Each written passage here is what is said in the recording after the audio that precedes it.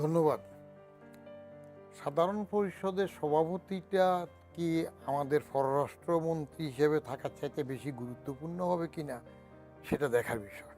কারণ জাতিসংঘ তো আমার কাছে একটা বড় ক্লাবের মতো, প্রাইভেট ক্লাবের মতো। এটার তো কোনো ক্ষমতা না।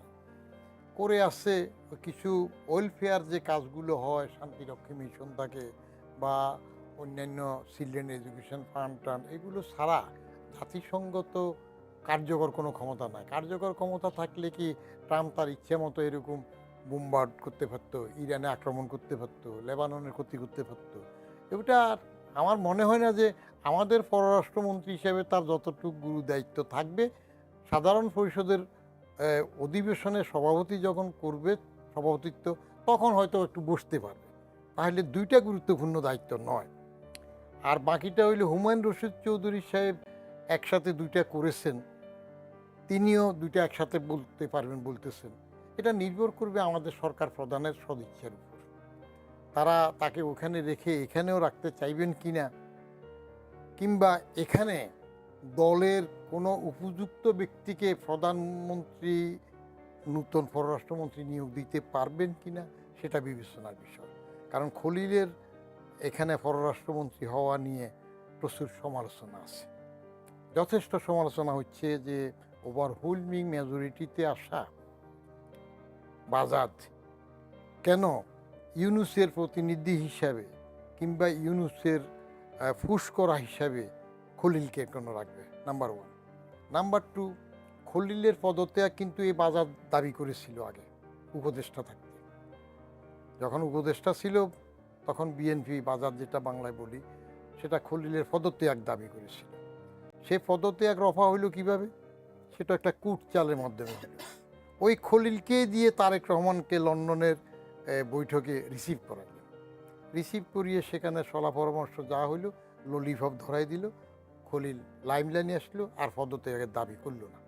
তো এখন যদি রাজনৈতিক সরকার কূটনীতি খেলতে চায় যে ঠিক আছে, ললিপপের সময় খলিল মিডিয়েট করেছে, এবং কেউ কেউ বলে আমেরিকা এবং ভারত দুইটাকে ব্যালেন্স করার জন্য খলিলকে চেয়েছে।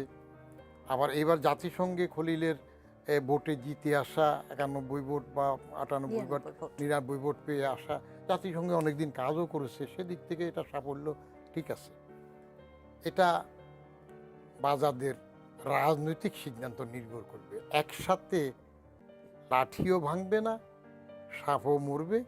যে খলিলকে নিয়ে এত সমালোচনা আছে, এই উসিলায় তারে সরাইলাম, সেখানে হয়েছে চলে যাক, নতুন একজন কাউকে দেবে। আর যদি মনে করে যে না, এত বড় দল হইলেও পররাষ্ট্রমন্ত্রী দেওয়ার মতো লোক তাদের নাই। আবার হুমায়ুন রশিদ চৌধুরীর সাথে শেখ হাসিনার দুইটা একসাথে করার একটা লিয়াজও ছিল। কারণ বঙ্গবন্ধু হত্যা হওয়ার পরে শেখ হাসিনা রেহানাকে হুমায়ুন রশিদ চৌধুরী যেইটুক ফেভার করেছেন, দেশে আসার, ইন্ডিয়ার সাথে, ইন্দিরা গান্ধীর সাথে কথা বলার, সেই জাতীয় রিলেশন অত কিছু কি খলিলের সাথে তাদের লন্ডনের ললিপপ বৈঠকে ঘটেছে কিনা সেটাও নির্ভর।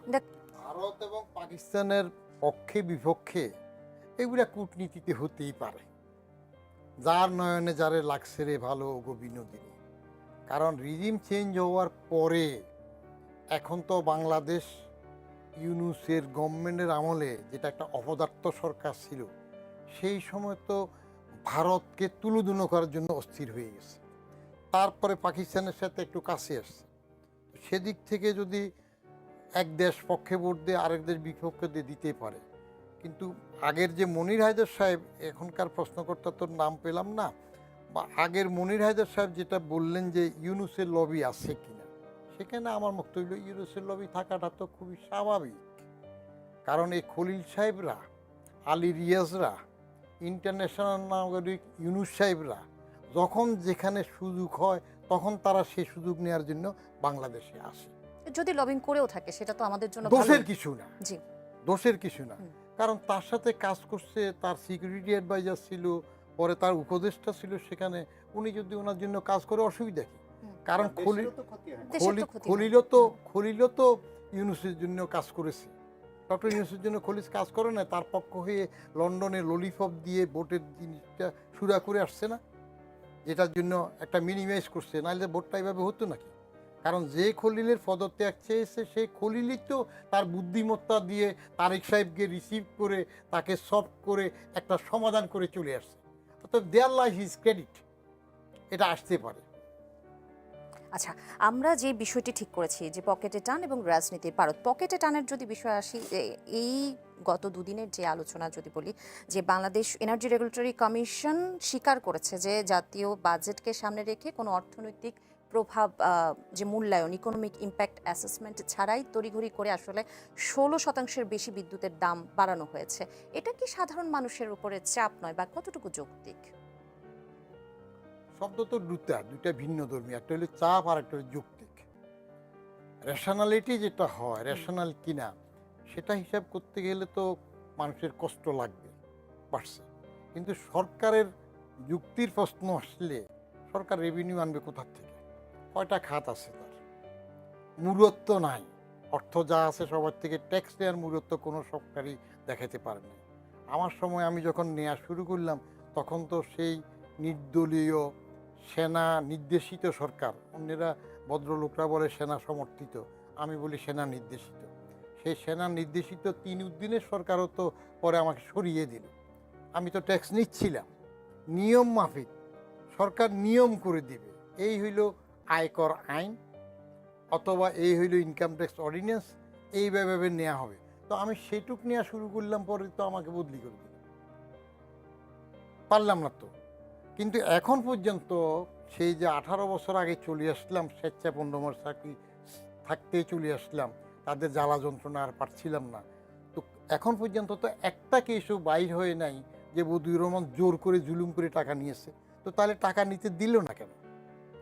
এখন সরকার যদি নিজের রেভিনিউ রাজস্ব ইআরডির উপর সরকার সবসময় জোর দিয়ে আসছে, যেটা আগে এক্সটার্নাল রিসোর্সেস ডিভিশন, এখন ইকোনমিক রিলেশনস ডিভিশন বলে, গালভরা বলি, কেমন?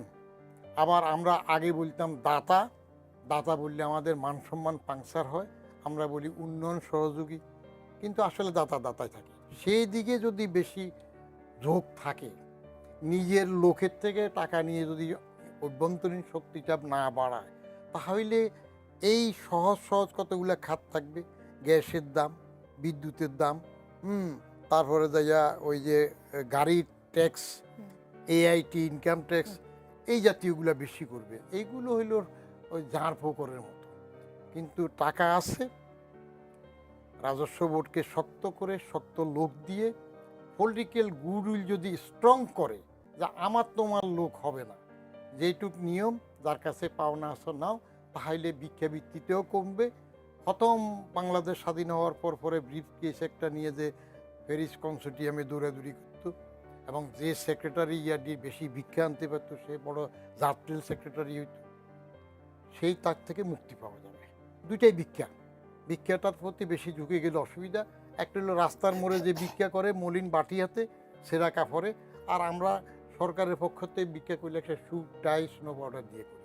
এটা ডিসকারেজ করা দরকার, রেভিনিউ ভিতর থেকে বেশি নেওয়া প্রয়োজন। বেশি নিয়ে যদি শক্ত হয়ে যায়, তখন আপনার এই বিদ্যুৎ, জ্বালানি, গ্যাস, ওই যে জ্বালানিতে 2 বার বাড়ানো,